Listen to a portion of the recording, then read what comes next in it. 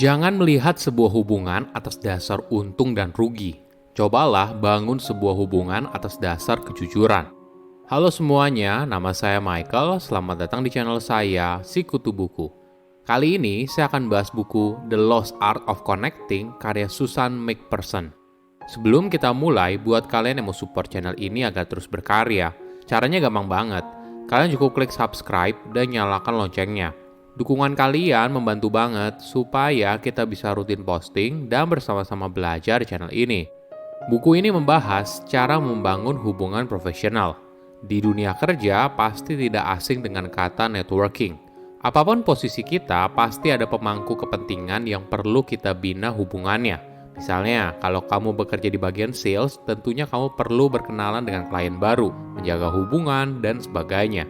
Sayangnya, hubungan yang dibangun seringkali sifatnya transaksional, ada agenda terselubung, dan sebagainya. Ini yang membuat hubungan profesional seringkali terlihat palsu. Oleh karena itu, kita perlu menggunakan perspektif yang lain. Bagaimana bila saat kita membangun sebuah hubungan, kita harus punya mindset kalau kita berhubungan dengan manusia. Kita perlu membangun sebuah hubungan atas dasar kepercayaan dan kejujuran. Ingat, setiap orang punya sesuatu yang ingin mereka bagikan, dan setiap orang punya hubungan dengan orang lain. Saya merangkumnya menjadi 3 hal penting dari buku ini. Pertama, memulai lingkaran pertemanan.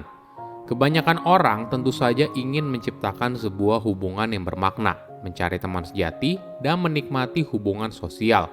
Namun sayangnya, kita seringkali berbicara dengan seseorang atau menjalin relasi yang transaksional.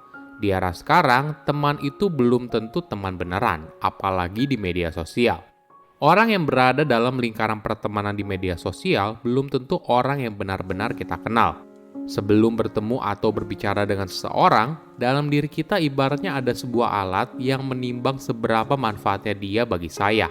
Ini yang membuat kita jadi pemilih dan hanya berbicara dengan seseorang yang kita pikir punya manfaat dalam hidup kita. Alhasil, orang baru yang kita temui juga merasakan kalau kita mendekati mereka saat ada butuhnya saja. Untuk keluar dari lingkaran ini, kita harus mengubah fokus ke bagian yang penting dalam sebuah hubungan, yaitu memberi. Ketika kita mencoba untuk menawarkan bantuan, maka mereka akan lebih baik kepada kamu. Ini langkah pertama untuk menciptakan sebuah hubungan sosial yang lebih baik. Membangun sebuah jaringan pertemanan terlihat seperti sebuah aktivitas yang sulit. Sama halnya seperti lari maraton. Namun tidak harus selalu begitu. Kamu bisa memulainya dengan hal yang sederhana. Misalnya, kamu mengajak 2 orang teman kamu untuk ketemuan dan makan bareng. Nah, selanjutnya masing-masing dari kalian mengajak 1 orang. Di ajang pertemuan lain, kalian mengajak 1 orang lagi setiap orang. Sekarang totalnya sudah 8 orang. Jika tips ini tidak cocok buat kamu, cobalah cari cara lain. Intinya, kamu tidak perlu sendirian dalam membangun jaringan. Kamu bisa memanfaatkan orang di sekitar untuk membantu kamu. Kesalahan umum yang biasanya dilakukan oleh banyak orang adalah mereka merasa seharusnya. Misalnya dalam sebuah pertemuan, kadang kita berpikir kalau kita seharusnya pergi bersama mereka, atau kita akan kehilangan kesempatan. Perasaan ini menciptakan lose-lose situation. Jika kamu tidak pergi, kamu akan merasa cemas dan kesal. Tapi jika kamu pergi dan tidak bertemu orang yang cocok, maka kamu juga merasa kecewa karena ibaratnya membuang-buang waktu. Kedua, tips menciptakan hubungan yang bermakna. Sebuah hubungan selalu dimulai dari setidaknya 2 orang yang berhubungan satu sama lain dan menciptakan sebuah ikatan.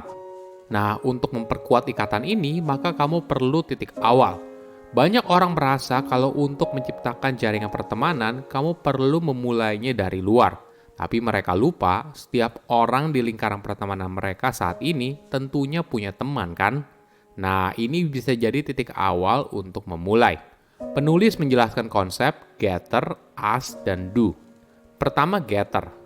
Daripada menunggu waktu networking yang ideal, bagaimana bila kamu yang ciptakan momen untuk kenalan? Kamu harus punya mindset, setiap orang yang kamu kenal, tidak peduli pengalaman atau latar belakangnya, bisa membantu kamu dalam satu hal maupun hal lainnya. Kedua, ask. Ini adalah momen saat kamu menghubungkan setiap titik yang sudah kamu kumpulkan selama ini. Menghubungkan titik demi titik dimulai dengan pertanyaan. Apa yang bisa saya bantu? Pendekatan ini mengubah dinamika hubungan secara drastis. Ketika kita berinisiatif untuk membantu, maka kemungkinan besar orang itu akan membalasnya. Ini adalah langkah untuk mengubah hubungan transaksional menjadi hubungan sosial yang bermakna. Ketiga, do. Ketika kamu berhasil berkenalan dengan seseorang, jangan lupa untuk lakukan follow up. Tepati janji yang sudah kamu buat, terus jaga hubungan dari waktu ke waktu, dan belajar untuk tidak hanya bicara basa-basi, tapi memulai percakapan yang lebih dalam.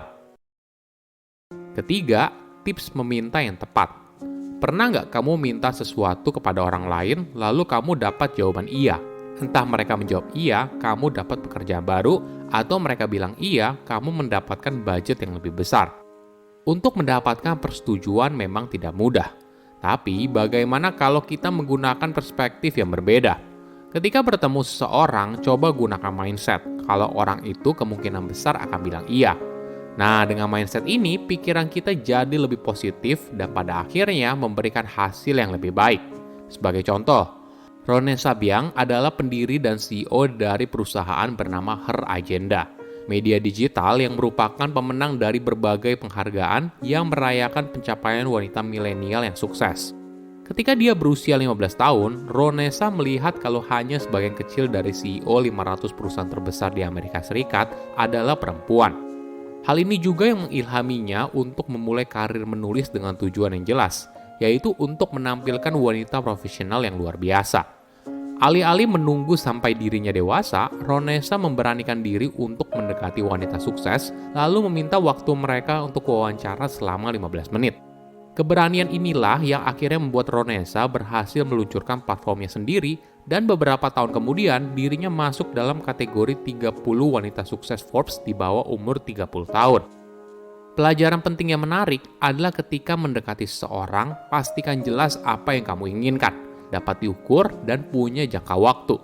Apabila bertemu orang baru, pastikan semua pesan yang ingin kamu sampaikan di bawah 5 menit. Dengan meminta bantuan atau waktu mereka, maka cara ini akan membuat kamu lebih terhubung dengan orang lain. Oke, apa kesimpulannya?